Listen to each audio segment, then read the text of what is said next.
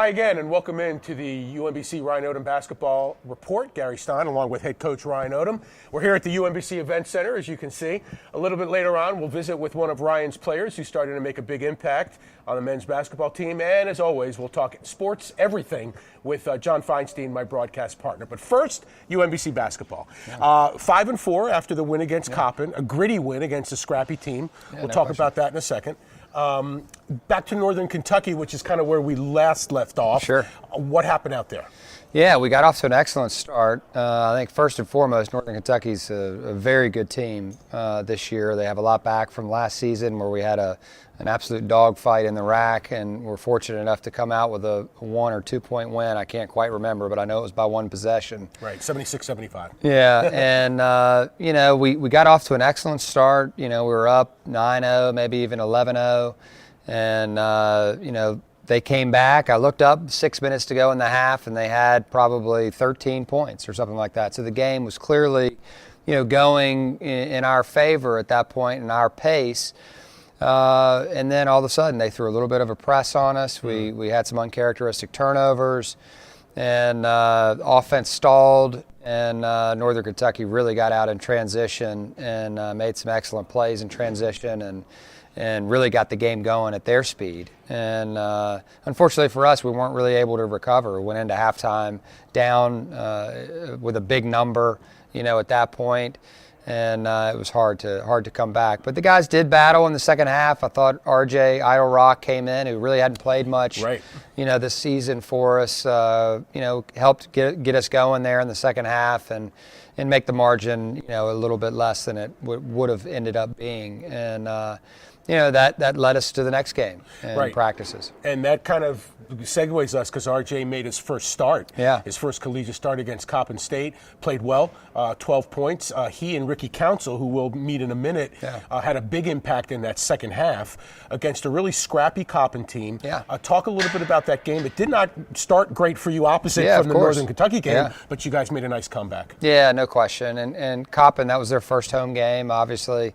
They play a really tough schedule. I mean, they're traveling all over the country playing, high major teams, and they were coming off a really tough, hard-fought loss at James Madison, who has an excellent team this year. They lost in overtime, really had their chances to win.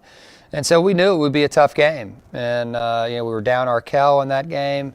And, I thought that RJ, came in, much like Jose did against High Point. Yep. And played well. And, we've got to get our younger guys. I told them just a little bit ago, you're not freshmen anymore. We got to get the inexperience excuse out of the way. We can't talk about that anymore. We got to get this thing going and get you guys the right experience. And I thought the Coppin game was a good one, certainly for him. It was either tied or by 2 at the half. I don't remember which. Down 2. And then Ricky Council hit that 3-pointer early up. How big was that just to give you guys a boost right away? Yeah, no question. I think it was one of those games where Coppin was playing pretty well. They were making some tough shots. We knew we were going to switch some screens on them, and they like to go one-on-one, so we were going to put our guys in some, call it mismatch situations, and we had to hold our own. I thought we did that.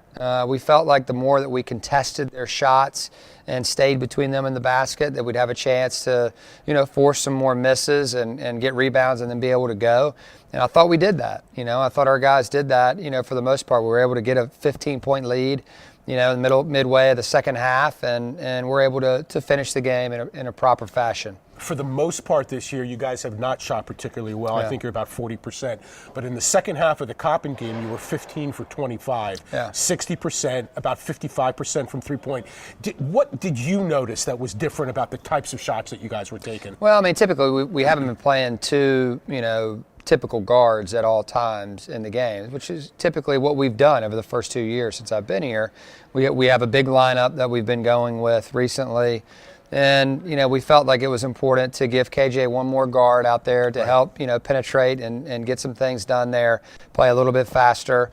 And I think RJ provided that. RJ's a big guy as it is. He's close to Arkell's size, from a stature standpoint. So it's not like all of a sudden we're putting, a 5'5" guy out there again. And I think RJ, is a good mix. And I thought Jose came off the bench and made his first shot right away in the first half and played more aggressive. He's a very resilient player. He's had a couple instances this season where had some bad things happen, a couple plays here or there, then he comes right back, and fights right back and makes a good one. So that's a good sign. So you've got an RJ on the team, you've got a KJ on the team. If you had an MJ, oh my God, you guys Watch would be out. awesome, right? Watch out. On to Philadelphia, Drexel, 2:00 on Saturday. Interesting team, well balanced, coached well. Talk a little bit about the Dragons. Yeah, Coach Spiker's done a great job in a short amount of time there at Drexel, and I like his team a lot. They spread the court. They play really fast and efficient on offense. And so, we're going to have to get back in transition and guard, and it'll be a lesson for us. Hopefully we'll learn from what happened at Northern Kentucky. We didn't do a good job in defensive transition, and it really hurt us. And hopefully we'll do better in that. We've been working on it, obviously, in practice. They have a lights-out shooter, who can really play, a grad transfer from Cal Poly. They've got a front court guy who is really leading them in scoring right now and is a good player both on the block and outside of three and driving the ball. So he can do all three. So he's a matchup problem that we'll have to deal with. And, we're excited for another road challenge. We haven't had too many games here in the event center. We'll be excited to get back on Tuesday, but first thing first at Drexel. Right, and that's actually the game against Towson, and we'll talk about that as the first of 3 in a row at home. Yeah. So that'll be good. So the Towson Tigers on Tuesday, not to get ahead of ourselves, but just to promote a little bit. Yeah. You've got a giveaway on that night. Of course, it's a local rivalry across the Beltway. I mean, that's going to, it's a big early season Baltimore game. Absolutely, no question. And we want to do that. We want to play games against our local rivals. I think it's great for the community. Certainly great for both teams.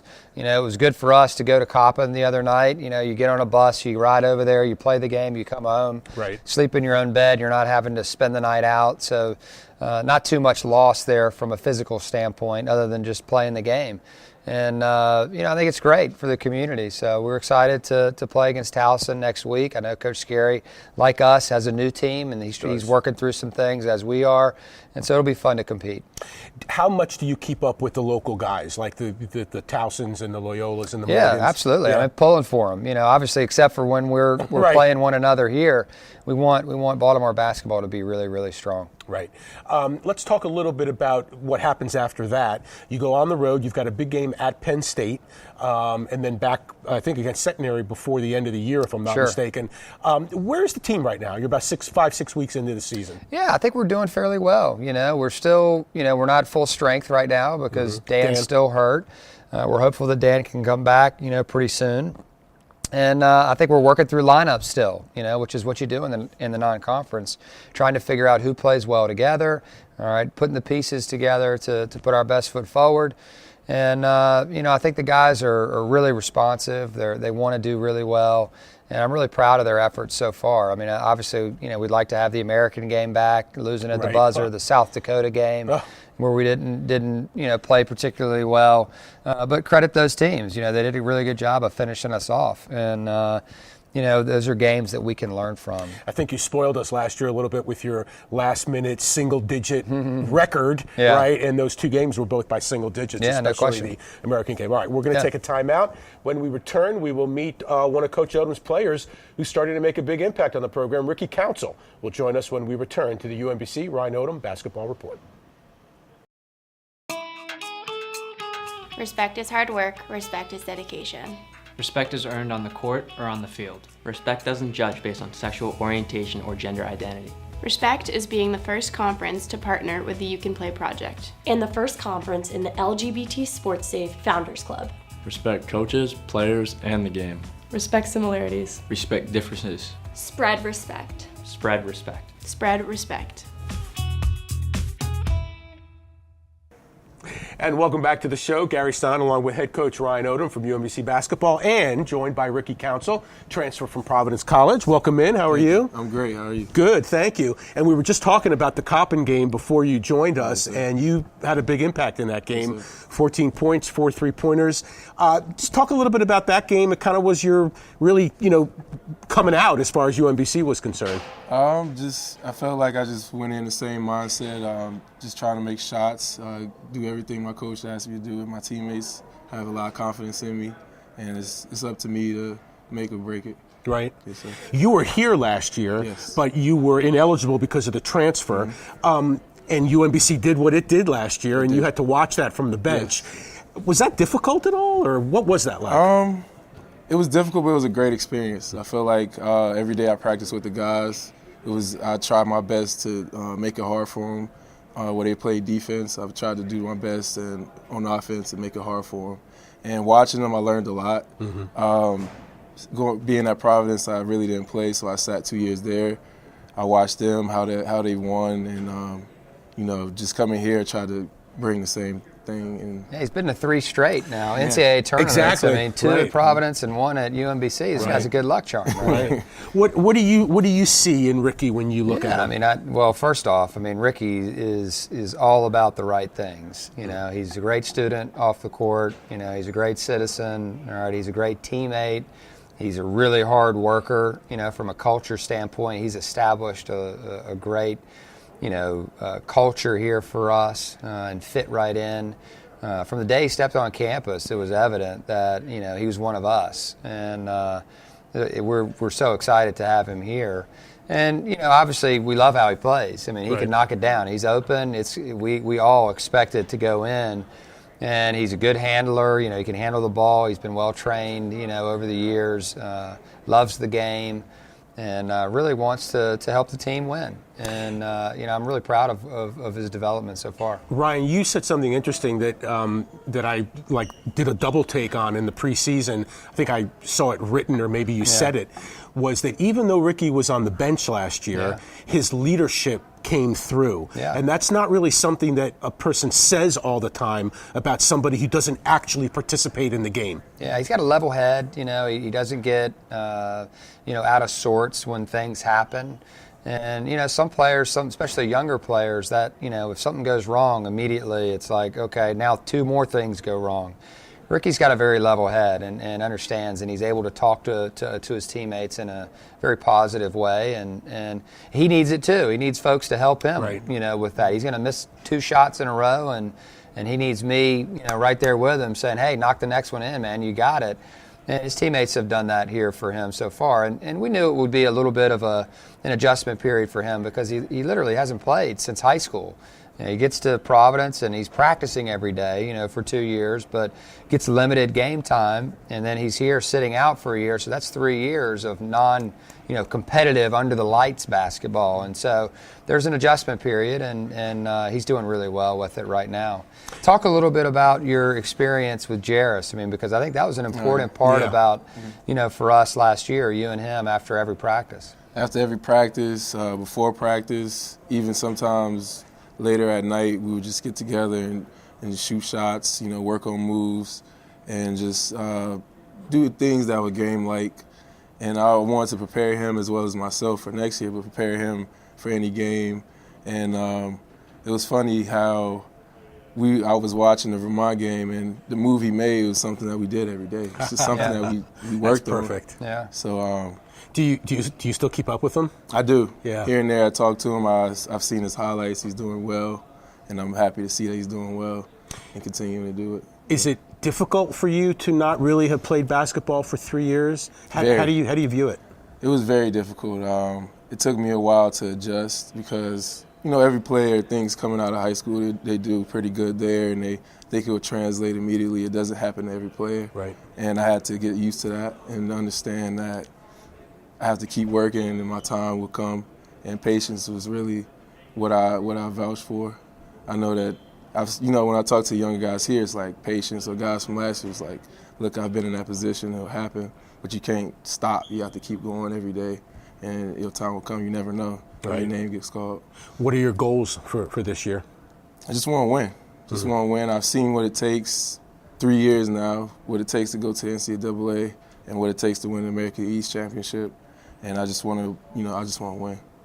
That's got to be music to your ears. No doubt. I told you, he's about all the right things. Right. And he's a great teammate. So Steve Levy left me a note, the sports information director. I'm just going to put on my glasses. Sorry about that. The name game. Your family. Okay, so you're the oldest of 4 siblings, right? Which is great. I'm the youngest of 4, by the way. Okay.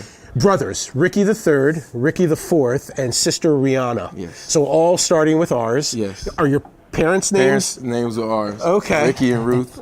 Ricky and Ruth. Yeah. Mm-hmm. So is that like a family thing? It is. My dad really didn't really know of anybody else. Like I guess he didn't want to name us after anybody else maybe that he knew. Right. And he just named us Ricky. And Okay. he ended up dropping the Y, so he goes by Rick now. Right. But yeah. And we've got Ryan with us, so I'm actually the oddball here. I'm Robert too. Robert Ryan. How about that? Right. Speaking of parents, relationships with parents, how much do you get to meet? I mean, I know you do, but how much interplay is there between you and parents and players? Yeah, I mean, there's a lot actually, and especially for folks that live nearby. I mean, Right. I think that's obviously easier. I mean, Jairus's mom was always over. Jordan's family was always around. I mean, that part's pretty simple.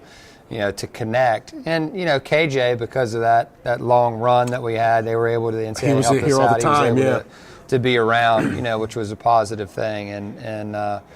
But yeah, I mean, it's a huge factor. I mean, that's one of the things that we look at, when we go out and recruit. What type of family situation do they have? Do they have good parents that are, about the right things and, want their children to get an education and do really well? Or is it just all about the basketball? And we're very fortunate in that all the guys on our team have been raised, in a great way. And certainly Ricky's family is no different. Mm-hmm. And they really support him. And you're both from Durham, if I'm not mistaken, right? I was born in Durham. You were born in Durham. He was born in Durham. The hospital that I was born in is no longer there. Watts Hospital is what it was called. Right. Where were you born? What was it? I think I was born in UNC Chapel Hill. In Chapel Hill, yeah. But being a Duke fan back then. Yeah, that's what I was going to ask you. I grew up on Tobacco Road. Obviously, Right. I had a specific allegiance due to my father, but what was yours? Duke. I was a Duke fan. I watched Duke. Who was your player? John Shire. I like Nolan Smith. Oh my gosh, I'm old. I mean, I coached against those JJ. guys. I mean, I'm old. I'm old. I thought you were going to say like Mark Allery or something, or Jay Billis. His daughter's playing at Princeton. Is she? Nice. Yeah, she's pretty good. Okay, so you're a Duke fan. So that's not going to anymore, though. Well, I'll tell you that. I understand. But yes. But in the past, that wouldn't have played particularly well in this part of town. It just No. just an FYI. I know, but the crazy thing is, I remember when Maryland used to beat Duke. Yeah. A lot. Sometimes, I was like, yeah. Maryland, why Maryland? What's up with Maryland? So, just out of curiosity, when you were growing up, right, and you were a Duke fan, and they were good, right? Could you ever have imagined yourself playing NCAA? Like, was it a dream, a goal? That was, yes, always. All along. Always. And crazy thing being at Providence, I'm like, wow, it's finally going to happen. And then here, I used to talk about it here and there, but I didn't want to rub it in. So I was like making it a goal for, hopefully the guys could go. And then when I could see them go, it was the greatest thing. Mm-hmm. It was a really good feeling seeing that we made it to the NCAA. You've been to 3 NCAAs. Can you describe what it's like? It's exactly what you see on TV. It's exactly how it feels. Whatever you see, you're like, wow, I wonder what it feels like if that's exactly how it feels. Mm-hmm. Going there, different. It's brighter lights. It's one game at a time. And if you win that game, it's special. Every win is special.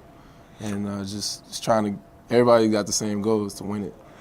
We know what you did in the NCAAs, but what's it like to coach in the NCAAs? Yeah, I mean it's so fun. I've coached both as an assistant and now a head coach, and then Division II I coached in that tournament as well. Which is a different feeling, but anytime you're the biggest thing is when you're able to win a championship like we were able to do. I mean, that's a special feeling. You're able to cut down nets together. I mean, you work so hard and you work so many hours together. And then all of a sudden to have that moment together is really special. And then, the NCAA tournament is like, obviously you're playing for a national championship, but it's kind of like icing on the cake, going to that and being able to play. And I think our guys, showed that, with the way that they played last year in the NCAA tournament. I wanted them to experience it and have fun and enjoy every moment, but at the same time approach the game no different than we approach any other game. Right. And prepare That's what for you it have to and do. do our best. Yeah. And that's what we did. What are you studying, and what do you want to do after college? I am studying sociology, and after college, I want to own my own recreation centers. Good for you. Yes, sir. Yeah, be an entrepreneur. Yes, I do. It's hard work. It is. I think he can do it. Thank you. Thank you so much, Ricky. Best of luck to you. Appreciate it. All All right. right, Rick. Thanks, man. Yep. We'll take a timeout. When we come back, we'll be with my broadcast partner, John Feinstein. We'll talk everything sports with John when we return right after this.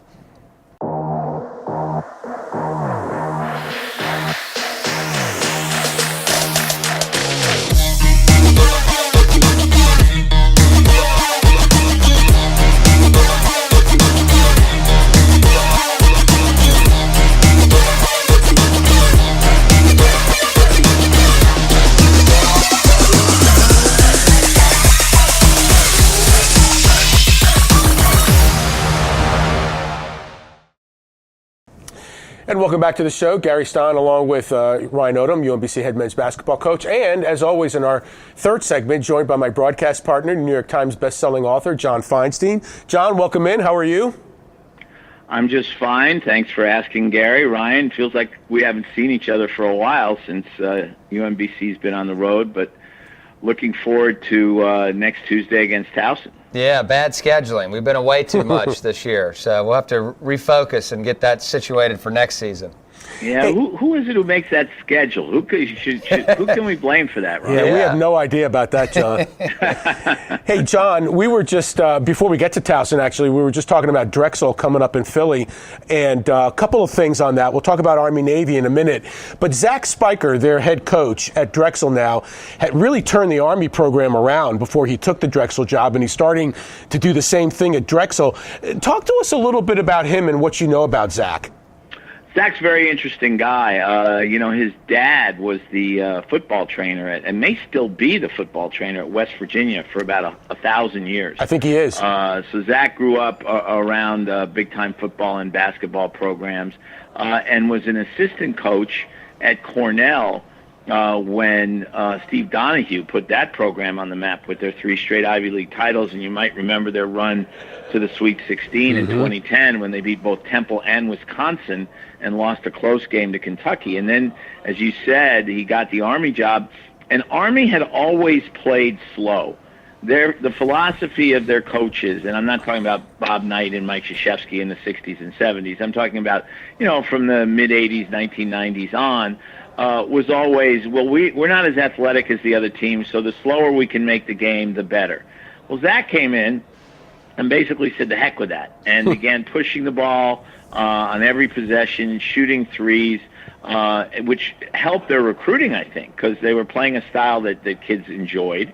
And you're right, they won 20 games a couple times. They got into postseason, much the way UMBC did a couple years ago, getting into the CIT, which was a big deal for them because they hadn't played postseason since the 1978 NIT when Krzyzewski was the coach. That's right. How long it had been. And then he got the Drexel job, and you're right, they were at a low ebb. They had a lot of problems with injuries, with players leaving when he took over. And this is his third season now, and they beat LaSalle, which is a huge win for them to beat a Big Five team. He now has his own players in the program, and I think they're very much headed in the right direction, and will start to again be a factor in the CAA the way they were for a while there when Bruiser Flint was the coach. I think that's well said. He's 42 years old. He's right in your, age group. I mean, you've got to, and I know he respects what you do. So this is going to be an interesting, meeting between you guys. Yeah, absolutely. I've obviously followed Zach, quite a bit, and I know the AD up there at Army, Boo Corrigan. I've known him for a long time. And he just raves about Zach and what he was able to do there. Not an easy job, and for him to go in and turn it around the way he did, really, really impressive. And like you said, he's doing it again at Drexel. I watched their offense. They really move the ball. They play fast, like John said. So it's going to be a hard-fought game. We're going to have to really get back in transition and slow it down a little bit, quite honestly, to be able to have success. Hey, Yeah, John. but by the way, Ryan, speaking of bad scheduling, what are you doing scheduling a game in Philadelphia against the Army-Navy game? That's on Zach. I don't know. Okay, yeah, we should blame Zach. And Zach, of all people, should know better than that. Yeah, I think it's a 2-hour time difference actually. But John, speaking of that is a special day in Philly coming up on Saturday. You were part of the Navy broadcast team for years. Your thoughts about the Army-Navy rivalry? Well, it's often hard for me to talk about the Army-Navy game without getting emotional, just because it's my favorite day of the year in sports. I wrote a book on the Army-Navy rivalry, as you know, back in 1996 called The Civil War. I'm still very close to a lot of the players on both of those teams. I'm doing work now for the Army Radio Network, believe it or not, but I always tell people, I wrote a column in today's Washington Post describing it, and the way I opened the column was I said that about 6:30 on Saturday night, I'm going to get a text from my wife, and it's going to say, "Are you crying?" Because I'll be down on the field, they'll be playing the alma maters, and my answer will be yes.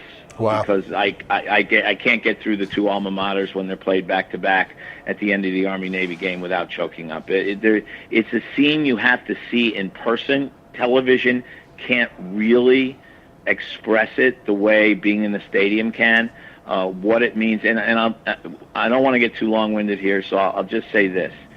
When they play the national anthem at the Army-Navy game, we hear the anthem hundreds of times every year. When they played at the Army-Navy game, and if you look in one direction and you see the Corps of Cadets, and you look in the other direction, you see the Brigade of Midshipmen, and you see 8,000 hands snap to salute position as the anthem begins, and you understand that all 8,000 of those young men and women, including the 200 on the field, have volunteered to die for our country if they have to, then you know why being in that stadium is special. You know, John, it's interesting. You didn't even mention college football at all one time in that whole talk. It's so much more than a football game. Right, exactly. I mean, it really is. I mean, it's as hard fought as any football game as you'll see all season. Hardly any of these guys will ever play in the NFL. The only uniforms they'll wear after they graduate are Army, Navy, and Marine uniforms.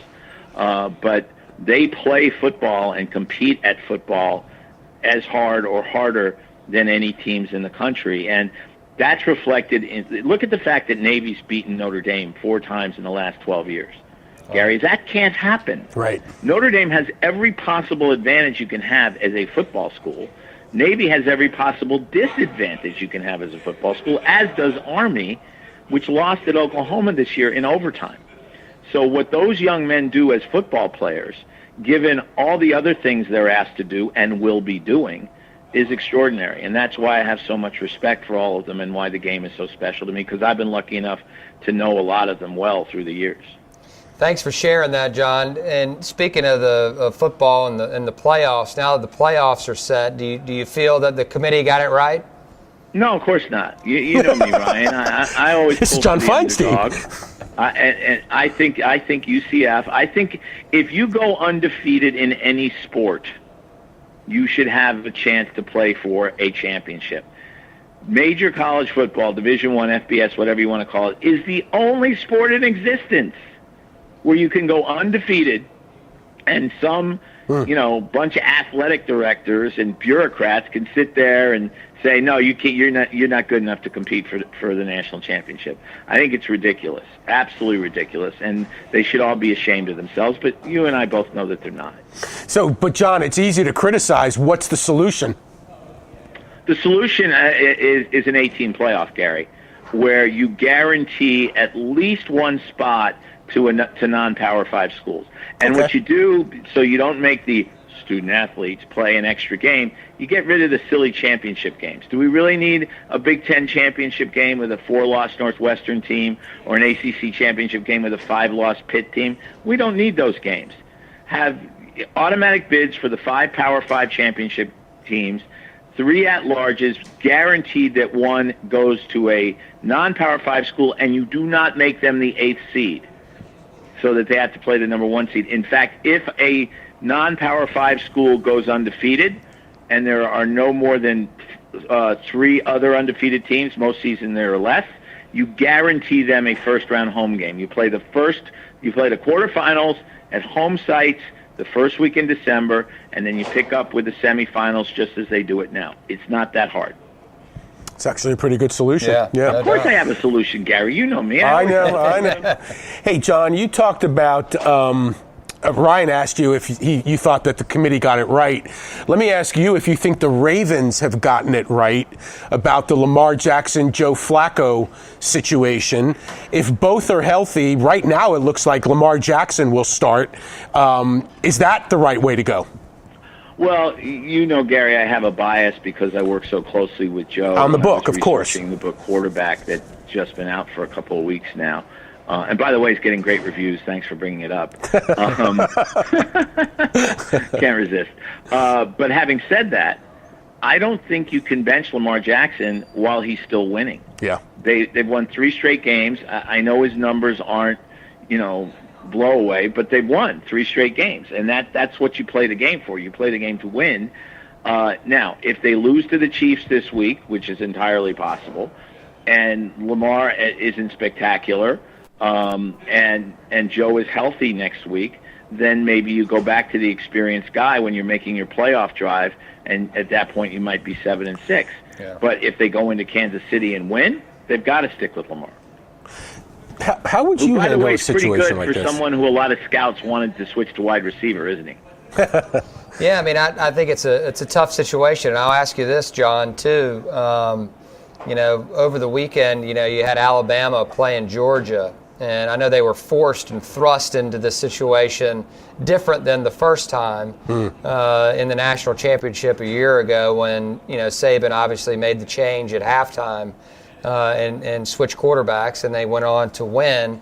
Well, this time it was due to injury, and it was really a great lesson for all of us, with Jalen Hurts and kind of sticking it out and staying there and being part of the solution rather than part of the problem. And it was neat to kind of see him, have that success down the stretch there. What were your thoughts in general on that? Yeah, you know what? I don't know Nick Saban personally. I've never dealt with him. I'm not a huge fan of his attitude towards the media, as you might expect. But I think you can make the argument he's the greatest coach in the history of college football. If he's not, he's certainly on Mount Rushmore. And the fact that Jalen Hurts stayed at Alabama after losing his job and after being benched in the national championship game says a lot to me about Nick Saban as a coach. Yeah. Because if you look around college football and basketball these days, look at what happened at Clemson with the kid who lost his job to the freshman, Kelly Bryant, lost his job to Lawrence, and the next day says, I'm transferring, I'm leaving school, I'm gone, I'm out of here. Yeah. I think Dabo Swinney's a pretty darn good football coach, but Nick Saban was able to get Jalen Hurts to stick around basically just for a moment like that one. Yeah. And that's a tribute to Saban and, as you said, Ryan, also to the kid. Yeah, no question. I mean, a great example of everything's not going to go your way, and how you respond to it is what's most important. And that's not to say that transferring is a bad thing. Some folks, they need a new opportunity. I'm glad Jarris Lyles transferred. Yeah, no question. And I'm glad he didn't at the end too. That's right, because he had the opportunity. That's a very good point. He had the opportunity after your first year to go to a quote-unquote bigger program as a graduate transfer since he had his degree, but wanted to stick it out and wanted to see things through at UMBC. And I think it's fair to say it worked out pretty well. No doubt, no doubt. Speaking of that, it's a good point. Because he had a great relationship with Dr. Freeman Hrabowski. You kind of facilitated that a little bit. Talk about that and what happened there with Jarris and Dr. Hrabowski. Yeah, I mean, we finished the season year one, and obviously, I didn't have my head in the sand at that point. Jarris was an exceptional player, and we knew he would have options, and so.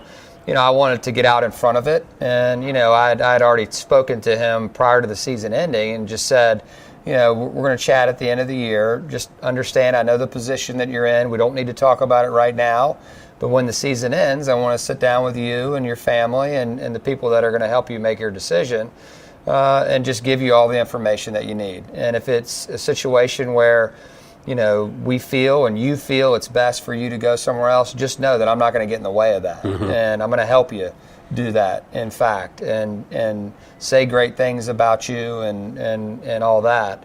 And I thought it was my job in that moment to be all about him and what was best for him, and not my job to make his decision for him, but provide him with all the facts, of folks that have left and gone on to do things, and what's the history there of people that have been in his position before. How does it end up?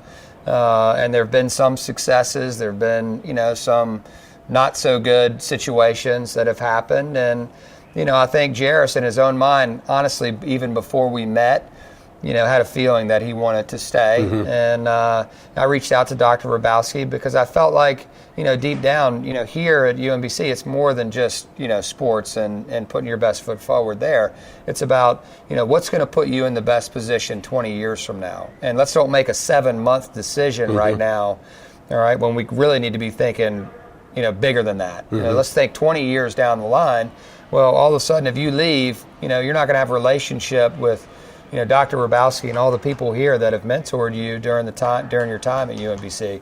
You're kind of giving that up, and I think he understood that, and also, he also understood that our team had a chance, a legitimate chance to compete for something. He wasn't ready to leave his teammates and coaches, and credit him for making a mature decision. Worked out great. Let me just say add one other thing to that. Two other things, Gary. One, I would really like, if he's got some free time, to get Freeman Hrabowski to negotiate my next book contract for me, because I'd just like to have him on my side. I think we should bring it up at the next board meeting. Get me a lot more money than I'm making right now. But the other thing that you touched on, Ryan, and I think, and I talked to Jairus about this too, all of you, Dr. Hrabowski, you, Jairus himself, were aware of legacy. Yeah. That Jairus had a chance to leave something special behind at UMBC. Yeah. And that, let's say hypothetically, he transferred to, for lack of a better term, Maryland. And he went to Maryland, and maybe they would have made the NCAA tournament if they'd had him, and might have won a round or something like that. Okay, Maryland's been national champions. I mean, so Jairus would have been just another guy who passed through there. He is very much a part of UMBC history because he opted to stay. Yeah, absolutely. Hey, John, let me ask you a final question. Not because Niagara beat Pitt the other day or because any specific, upset may have occurred, but do you think in general, good mid-major players who stay the course, that's one of the reasons why the gap is narrowing a little, and we see some of these upsets between mid-major schools and top schools? Yeah, I think that there are a lot of games that are played now where you have I don't even like the term mid-major, Gary, anymore, because I think the gap has narrowed so much. But so I call them so-called mid-majors. They're playing with kids who are third, fourth, fifth-year players. Right. A lot of times, the so-called big-time teams are playing with freshmen and sophomores and kids who aren't going to be around to be juniors and seniors. And it wasn't an upset. It ended up being a big margin. But look last night at what Hartford did against Duke for 25 minutes. Exactly, yeah. I mean, they were right with them. Well, Hartford's got experienced guards. They weren't intimidated by going into Cameron Indoor Stadium or by any of Zion Williamson's dunks. And in the end, Mike Krzyzewski said, we were able to pull away only because we played really hard. And if they hadn't played really hard, that game might have gone to the buzzer. And Radford, for example, has already won at Texas and at Notre Dame this year. Yeah. And there are all sorts. You mentioned the Niagara Pitt score, but Furman beat one at Villanova, right, and is now ranked. So yeah, I absolutely think the gap has been narrowed. And there was this game last year. I'm trying to remember which one it was. It was a 16 beating a 1 in the NCAA tournament. And they won by 20. Yeah. And remind me which teams those were, but jeepers, if that wasn't an example of the gap being narrowed, Virginia's trying to narrow the gap on UMBC right now. Yeah, exactly. John, thank you so much. Appreciate you as always, and I'll see you next week. I'll see you next week. And Ryan, I just hope you don't run into any presidential traffic in Philly. Oh, he had to get it in there. He had to get it in there. Love you, John. All right, John. See you Take care. John Feinstein joining us, and we're out of time. Yeah. Flew by. That was a great one. Thank you. Good luck Saturday. Thanks as always. And we'll see you Tuesday. Yep, Alrighty. you got it. For Ryan Odom, for John Feinstein, and for Ricky Council, I'm Gary Stein thanking you. This has been the UMBC Ryan Odom Basketball Report.